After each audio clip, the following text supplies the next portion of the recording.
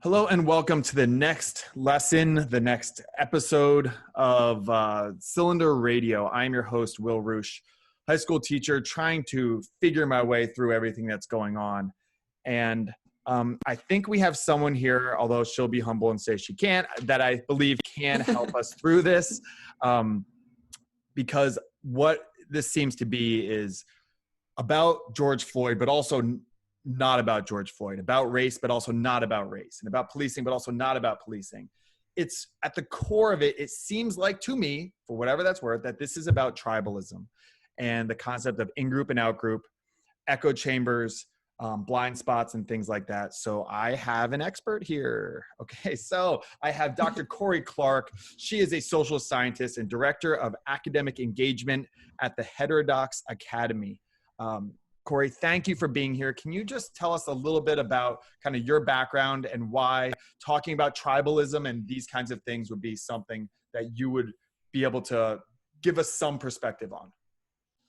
Yeah, so I'm a social psychologist by training, and I began studying political bias a while back and looking at how people have tendencies to favor information that supports their own side and to be unfairly critical of information that opposes their in-group. So I look at this in the domain of politics, and one thing we see is that both liberals and conservatives do this. This seems to be a sort of fundamental human tendency to want to see the world through a lens that allows us to view our in-groups in a really favorable and positive way and denigrate our out-groups.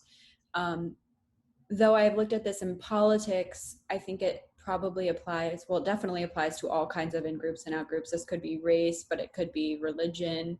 It even applies to sports teams and things like that. Absolutely. So Yeah. this is really part of our human psychology to be really like credulous and non-critical of people we consider to be within our group and excessively harsh toward people in our out group. And of course that can lead to all kinds of problems, not only like hostility, but also it explains a lot of differences in beliefs and why, you know, we can't even accept the same facts about the world. So it has all kinds of implications for continuing to perpetuate conflict among groups today. So you say social psychologists, just for people that are, real lay persons, that is essentially how the brain works in society and things like that in groups? How would you describe Yeah, I don't even really know what social psychology is. Yeah. It's a little bit of everything, really. What it's supposed to be is kind of how the social environment influences human behavior. So what features of social settings, but like it's actually sort of about what is common among humanity, how different situations can bring out the same kinds of behavior in different kinds of people. So even though everyone is different, if you put someone in a particular situation, a really stressful situation, they might behave in a way that's out of character, but kind of consistent with what the environment calls for. So it's really about how social situations influence human behavior. That's the way I think of it, but it touches on a little bit of everything, honestly. There's relationships and health psychology and political psychology and moral psychology. So yeah, I think it's hard to define because it touches on everything. Yeah. Well, everything coming after, the George Floyd murder and protests and things like that is the reason I say it's not about race is, you can see the images of, white, I have like a photo on my Instagram, like a white girl giving double middle fingers to a black cop, and black businesses being looted by white protesters and looters. I mean, this is going across lines, but what I'm seeing is in my field, which is education, K through 12 education, is there are massive blind spots when it comes to diverse black voices. Like there are really, well-educated, very prestigious teachers who don't even know that black conservatism is a thing. And that was so shocking to me. I was like, why, like, what kind of myopic view do you have of, this huge faction of the population? Like it's clearly like going to influence your ideas, because if you're saying that these are what black voices are, but you're not including, Thomas Sowell or Coleman Hughes or, whoever, Glenn Lowry or something like that, John McWhorter, then how is this really what Black voices are, or is it one faction of it? And you could do that with any race of people or any group of people. You go up to conservative Jews after the synagogue shooting, and you say, like, how do we get our way through this? And the conservatives will be like, well, carry guns in synagogue. You go and ask the left-leaning ones, they're going to say, well, get rid of guns. And people are diverse. What are your thoughts on that? There's definitely a big political element to what's going on. And I agree, it's hard because politics and race are related in many ways. But to me, even if you were to pull out the racial component, there seems to be a political component left over. And liberals have been more sympathetic to the protesters and more sympathetic to the looters and people who are actually causing vandalism, whereas conservatives have been harsher on both of those groups. Yeah. And the hard thing is that it seems it's really easy for issues to become politicized, even if they don't have to be. And something like this is sort of bound to become politicized. But once you have one particular, I'm not an expert I'm more of an expert on political conflict than racial conflict, even though they are so related. Yeah. But once an issue becomes politicized and one particular group takes a stance, there tends to be this reaction where the other group then takes the opposite stance, and it becomes this like tribal war issue, even if it doesn't have to be so. Though certainly, the sentiment like Black Lives Matter seems to me something that just about everyone can get on board with, and certainly some people probably can't, but that's a fringe part of society. Right. However, it's become politicized, and now something simple that everyone should be able to get behind, like Black Lives Matter, is something that conservatives are going to be sort of hypersensitive to and push back against in various ways. And again, it's because we have this us versus them mentality. And if liberals take ownership of that movement, which they have, I don't know enough about the history of it to know, like, what did it look like initially, and has it gotten more politicized over time? My view of it is probably has, and especially recently. But once that becomes like, this is a liberal thing and this is what liberals care about, then conservatives almost necessarily like push back against it. And so it takes values that I think humans actually do share, which is like respect and dignity for the lives of all people. Liberals and conservatives in general are pretty good people who want what's best for society, and they care about the lives of American citizens. Something we should all be able to get behind becomes this huge divisive issue that is not only costing a lot of money, but a lot of lives.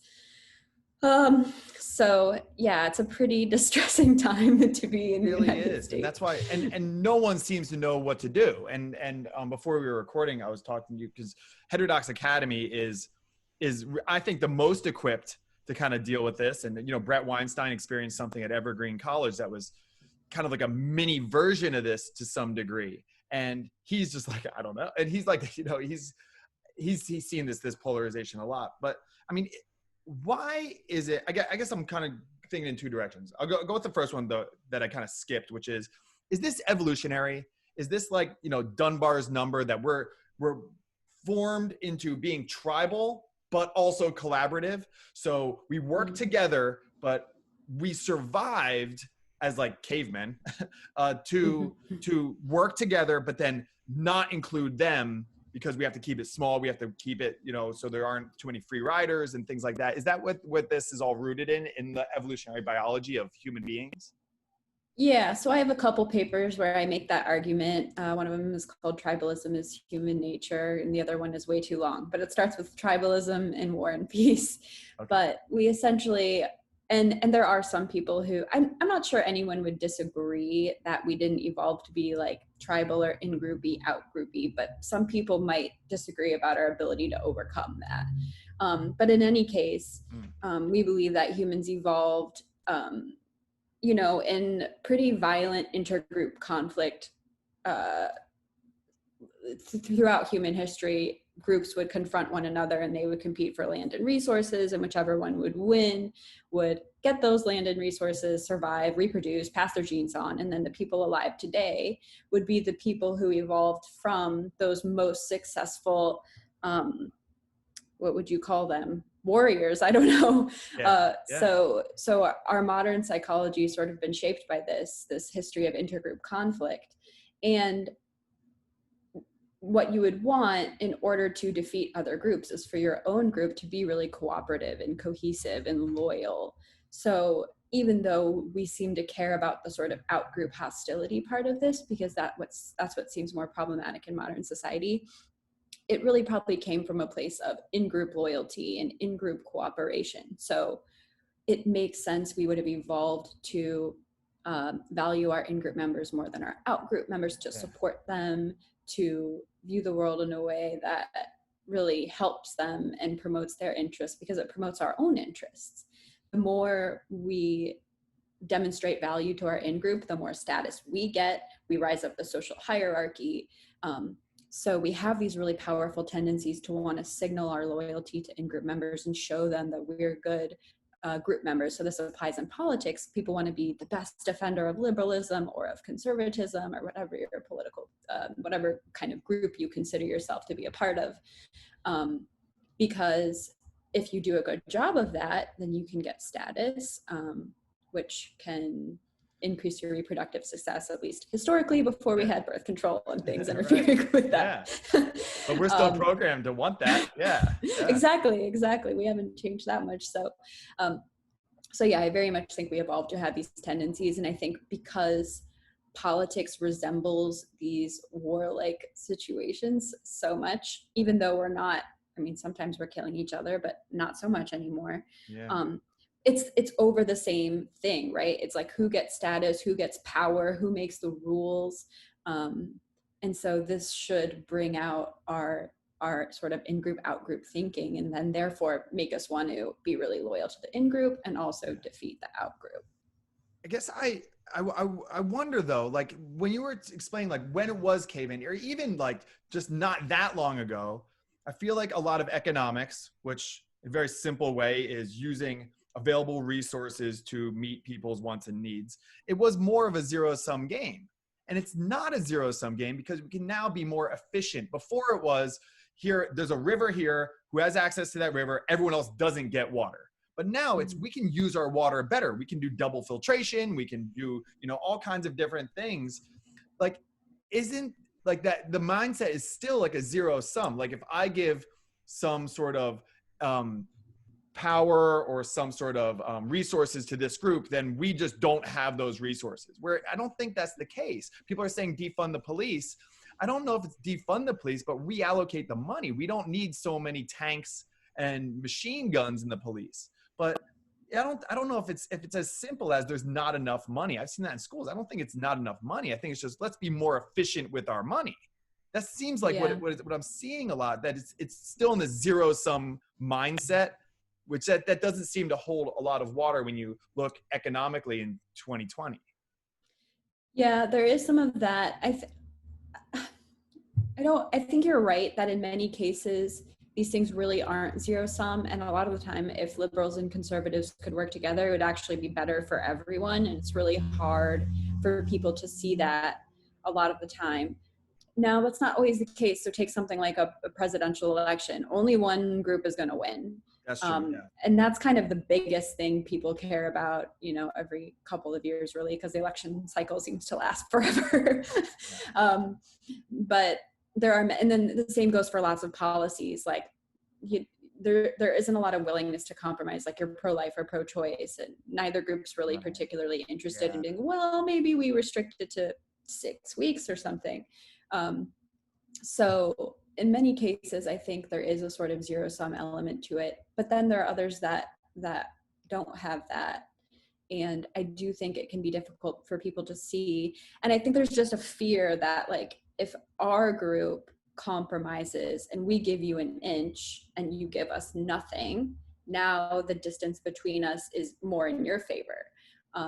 So I think it can be difficult for people to see that compromising is a way that can help both groups, because you never know what the ultimate outcome is going to be. So there's a, you know, element of uncertainty makes it, I think, really hard for people to make compromises, even when it could benefit both groups.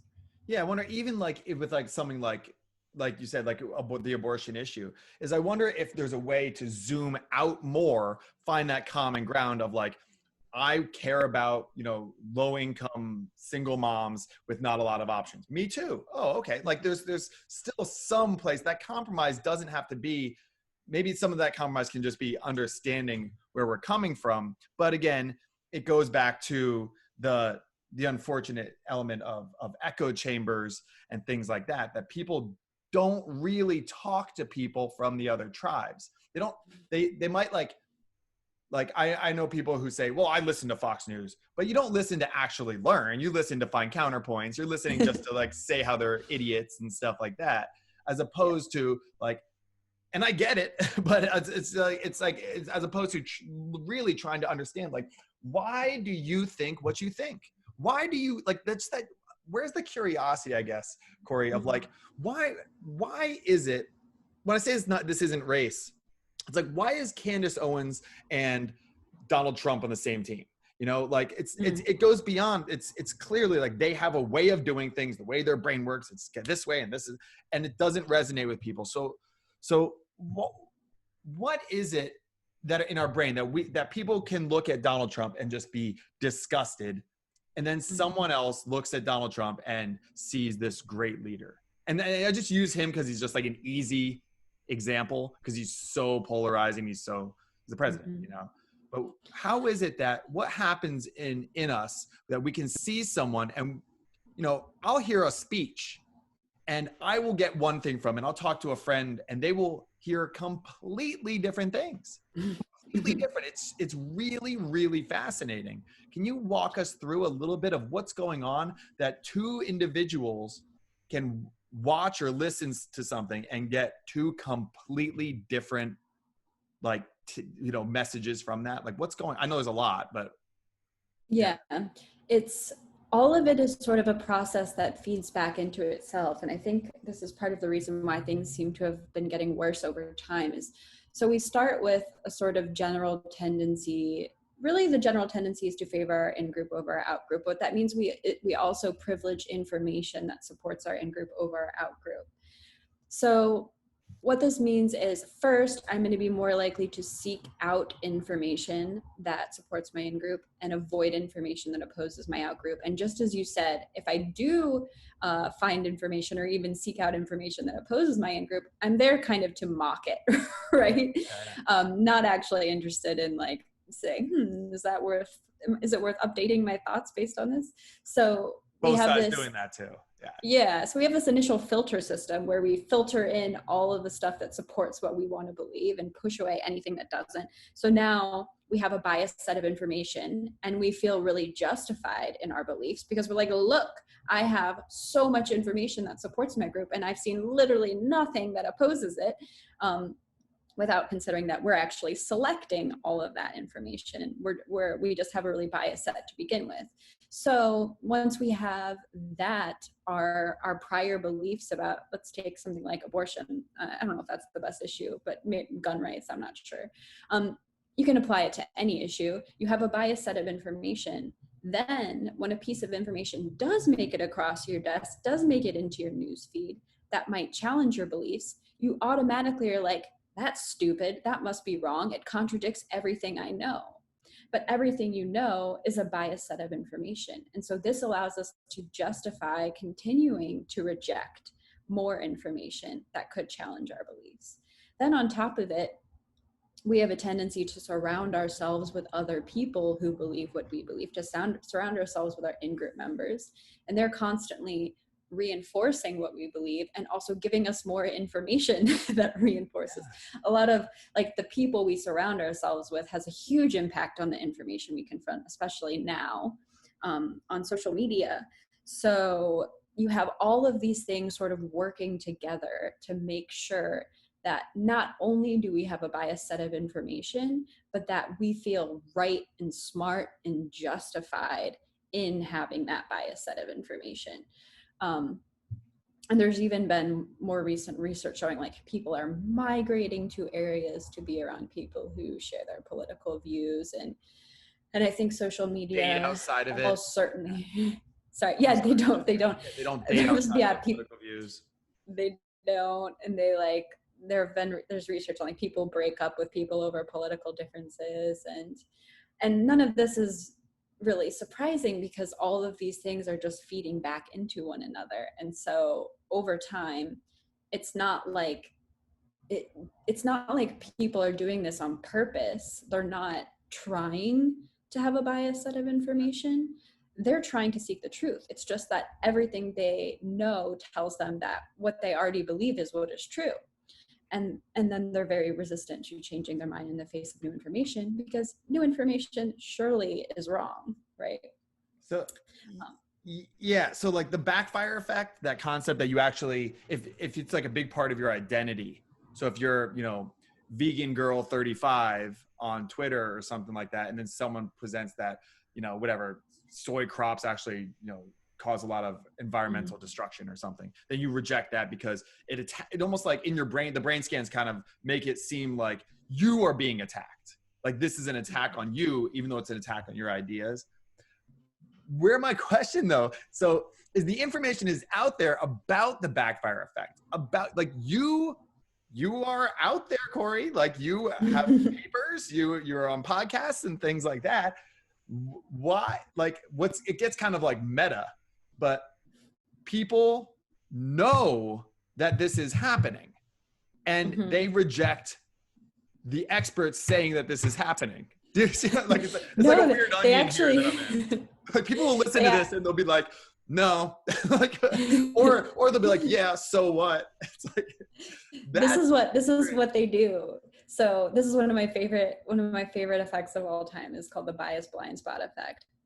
And it's not that people say no and they reject the existence of these things. It's that when I explained all of that to people right now, they're thinking about their political opponents. They do it. So if they're liberal, they're thinking, well, that's why Trump supporters are so crazy. That's why they think this is true and that is false. That's why they think Trump's, and conservatives are doing the same thing. That's why liberals are so deluded about whatever. So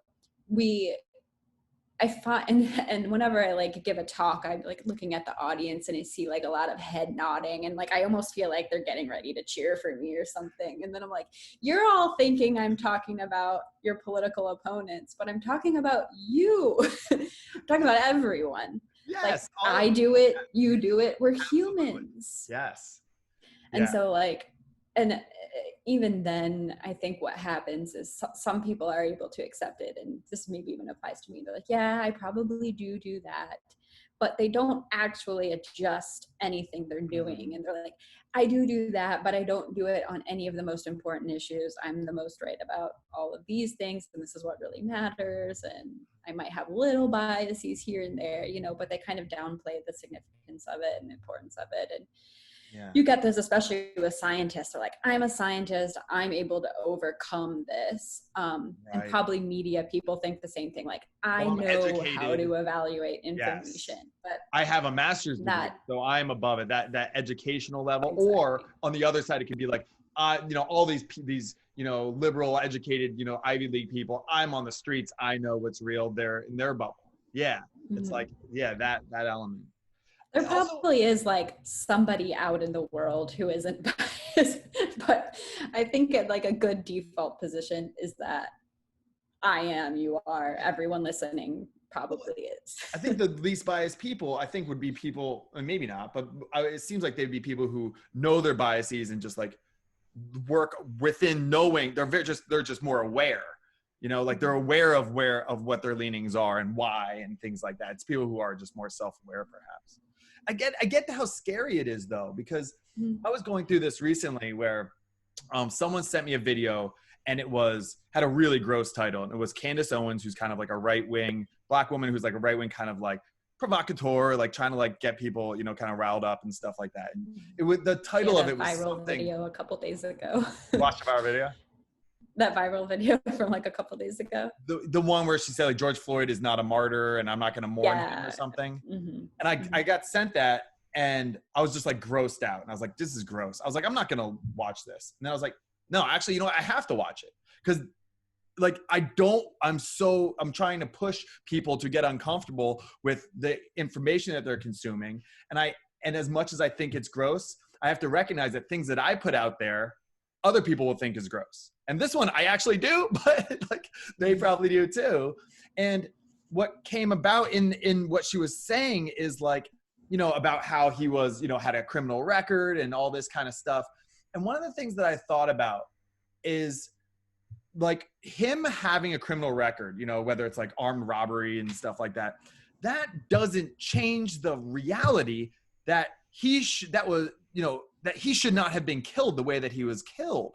And I guess I was a little frustrated that I didn't know about his criminal background.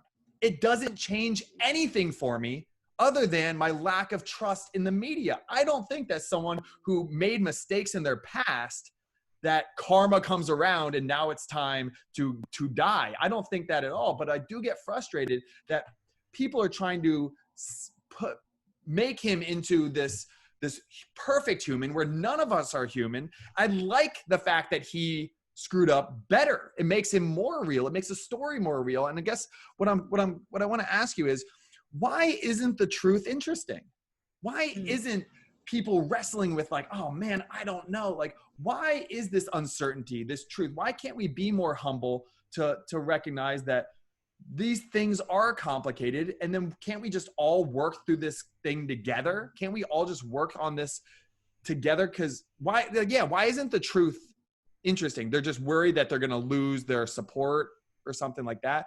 But if you ignore it, won't that, now Candace Owens is telling me. So that gives Candace Owens some credibility, and it takes credibility from CNN.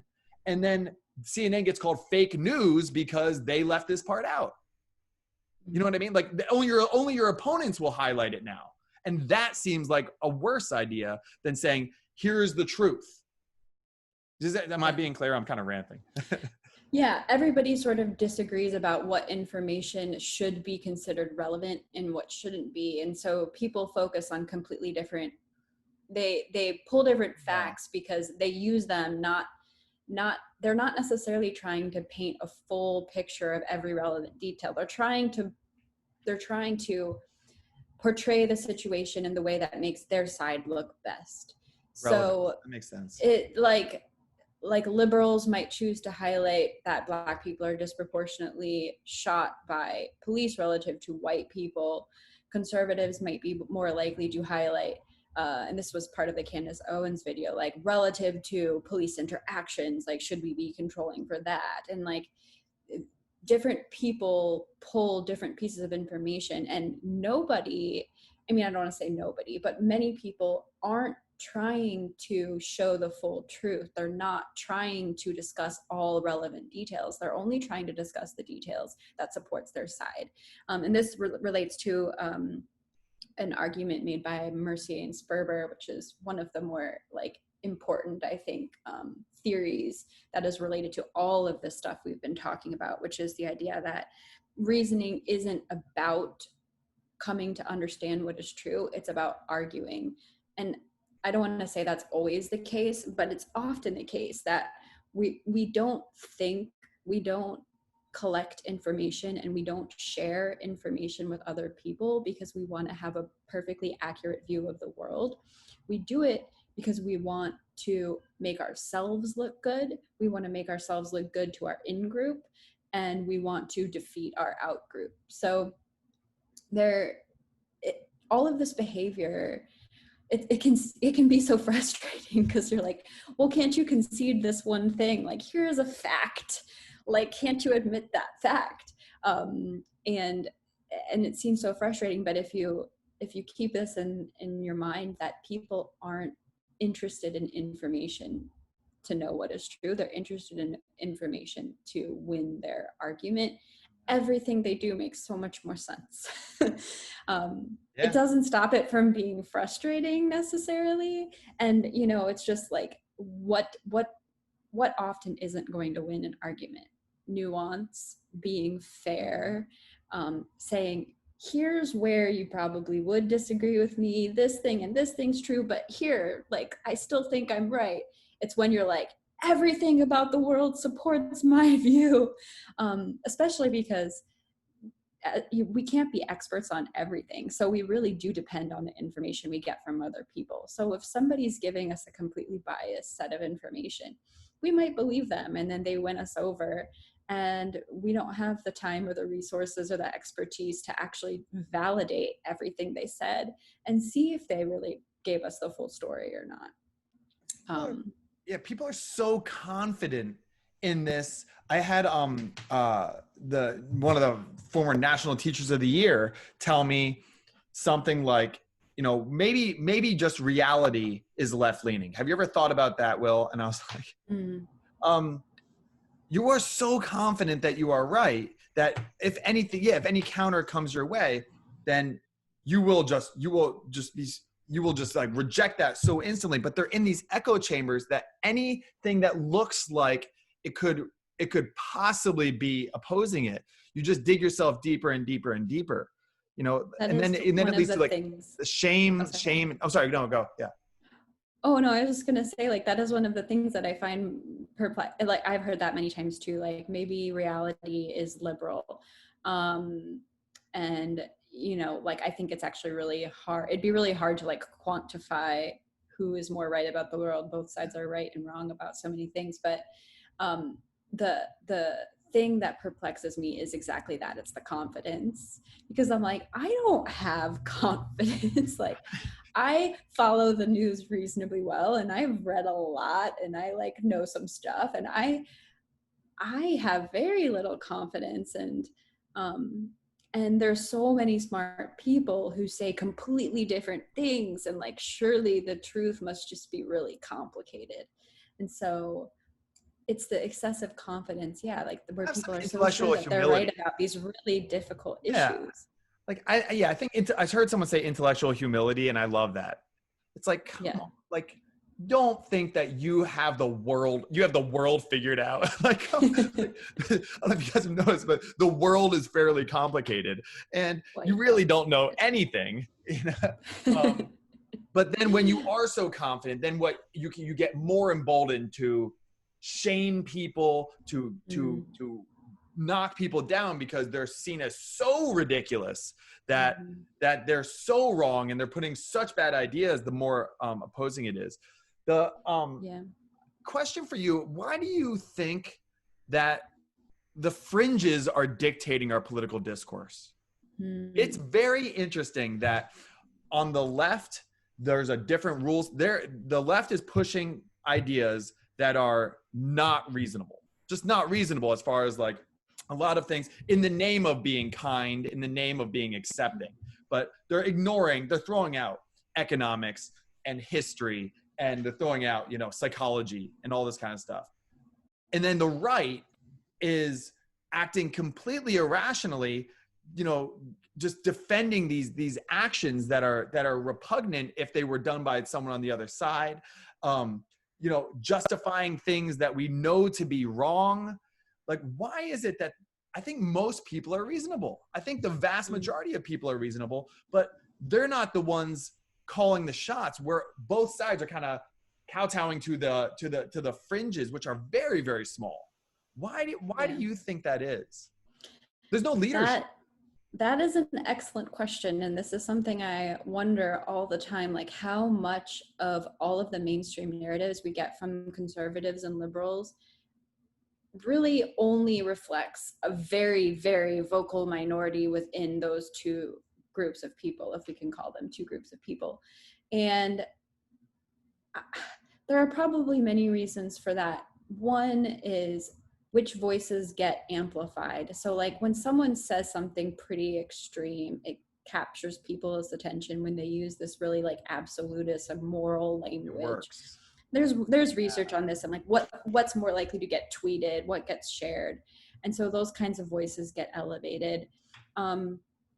I think people like to see like a sick burn, you know, like if Yeah. somebody says something that's kind of nasty, but you're like, oh, they really showed them, you know, stuck it to the other group.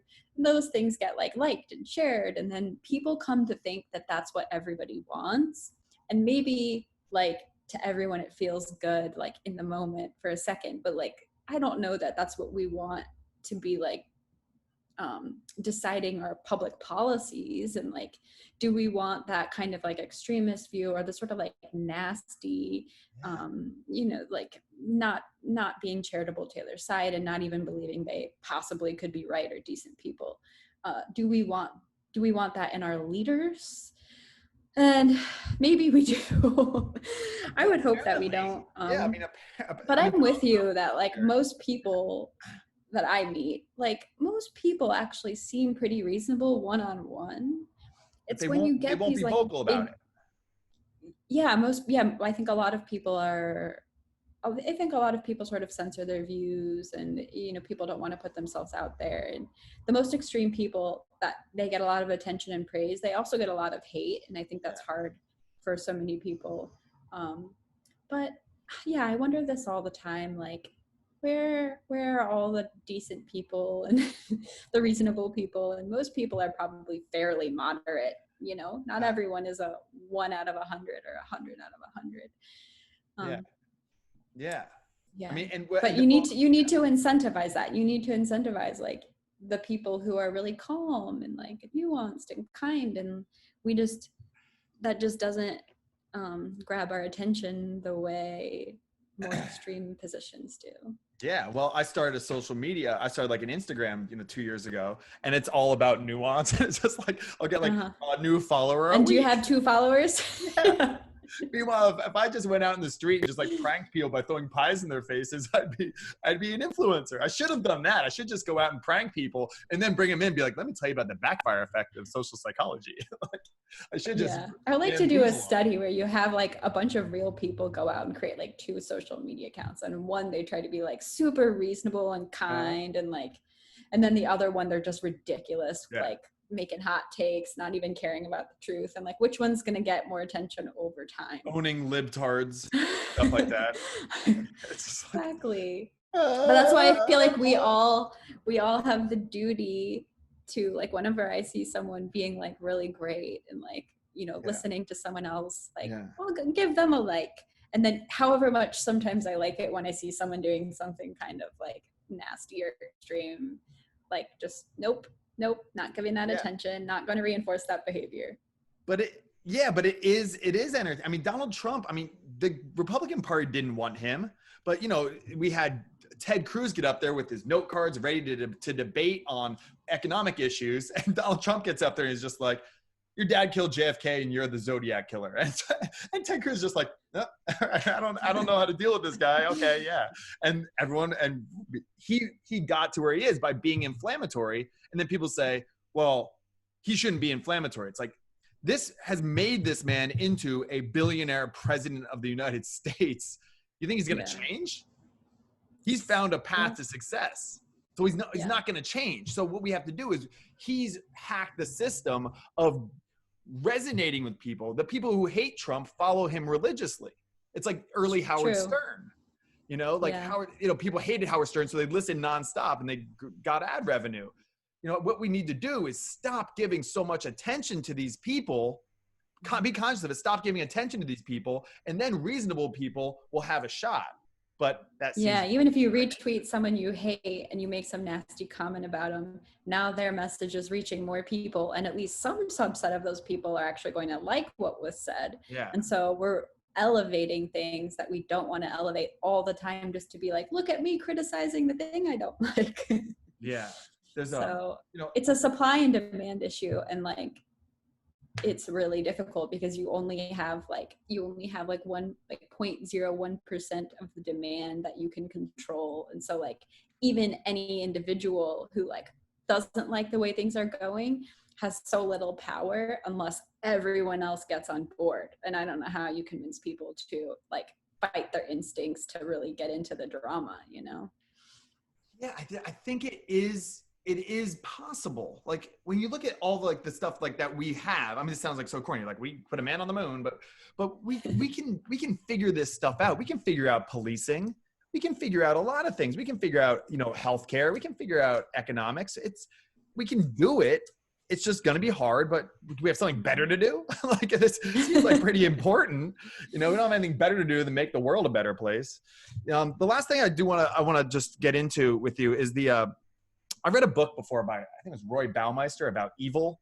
And one of the evils that he talked about, there are all these different kinds, like ego and all these different things, sadistic pleasure. One of them was ideological evil, which is you can be evil towards things that are evil. And this is another thing that I've found that I really want to just call the audience to notice when you do it, is like Elizabeth Warren, who was kind of like the empath political candidate to some degree, or is kind of promoted as that. She was like making fun of Donald Trump, calling him fat, saying he's an orange, you know, stuff like that. Like the idea that if someone is bad, you can do bad things. This is what doxing is. This is what the ridicule is you can say horrible, horrible things to bad people without recognizing that they're not necessarily bad. Some are probably, but like they're not, the vast majority are not bad people. They're people that think and see the world differently than you. What are your thoughts on that kind of the way that we hold a different moral standard? Everyone knows you don't make fun of a person's, you know, body configuration or something like that. Like we tell children that don't make fun of someone for being overweight. What's wrong with you? But then we do it. Like what is going on where we really have we will do vicious things. I've seen really kind, really empathetic people that if they were alone in a room, they would, with this person, they would strangle them if they could, or they'd hit him over the head with a bottle. How does that happen? How do we get to that point? Yeah, it's this kind of like self-righteous anger, and we feel morally justified in like doing things that would be so wrong to do to the average person to somebody who we see as evil.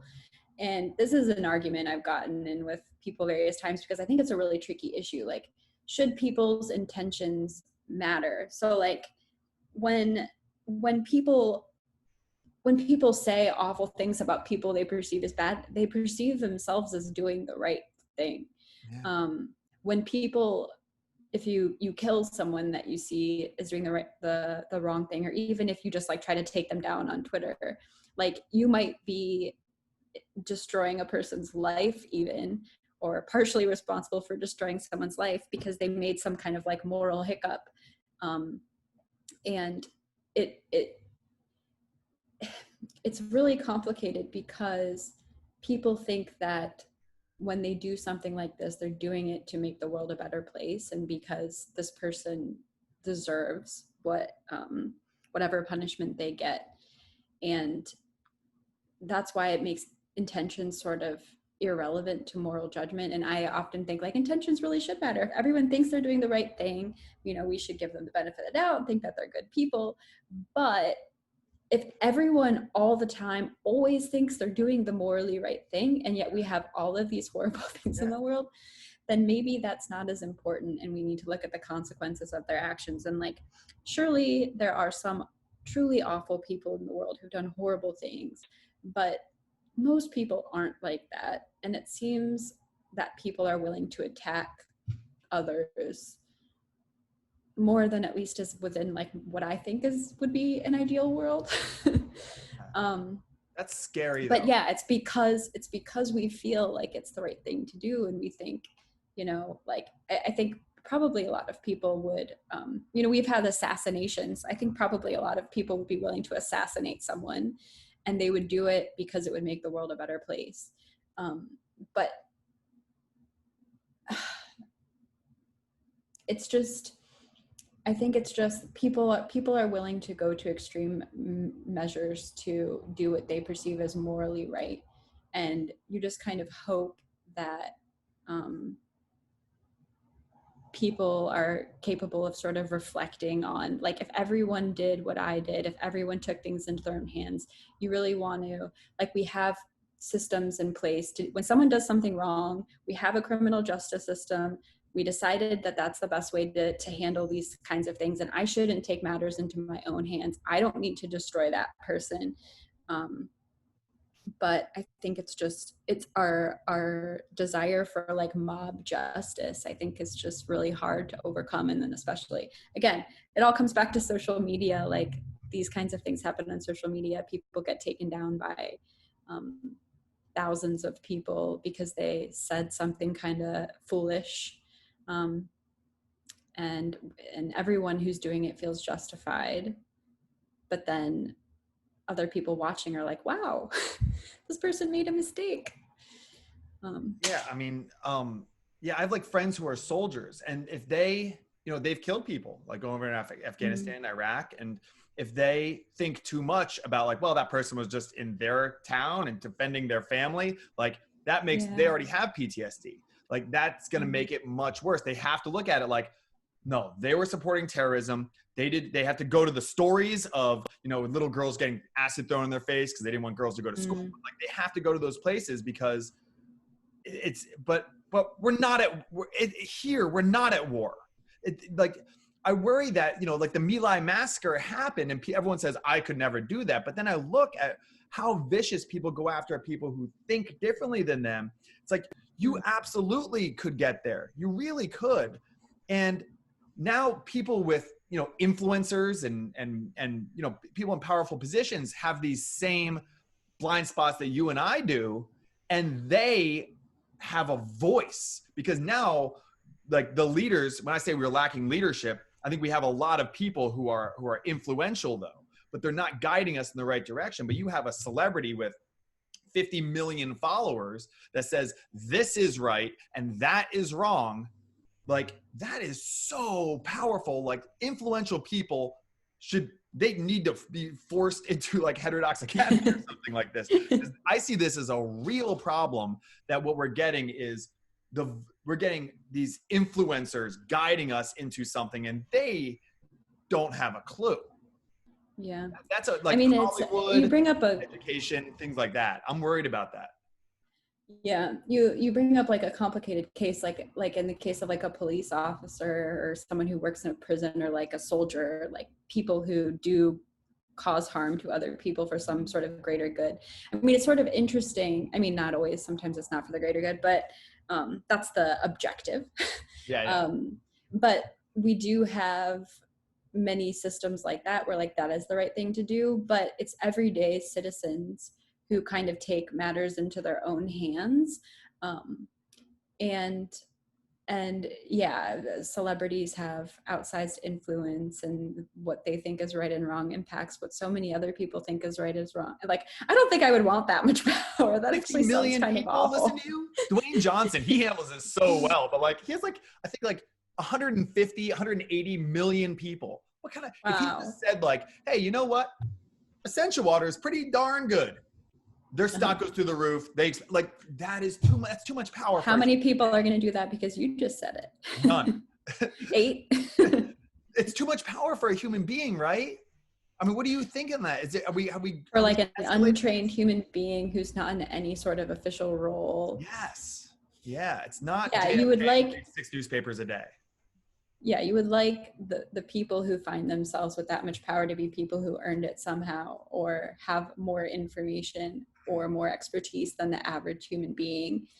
But yeah, with celebrities, that's not what you get. It is. I know. It's yeah. This is very uplifting, isn't it? What a great way to end the podcast. We almost did an hour. It's just like, yeah, we're screwed. It's just rough. Oh man.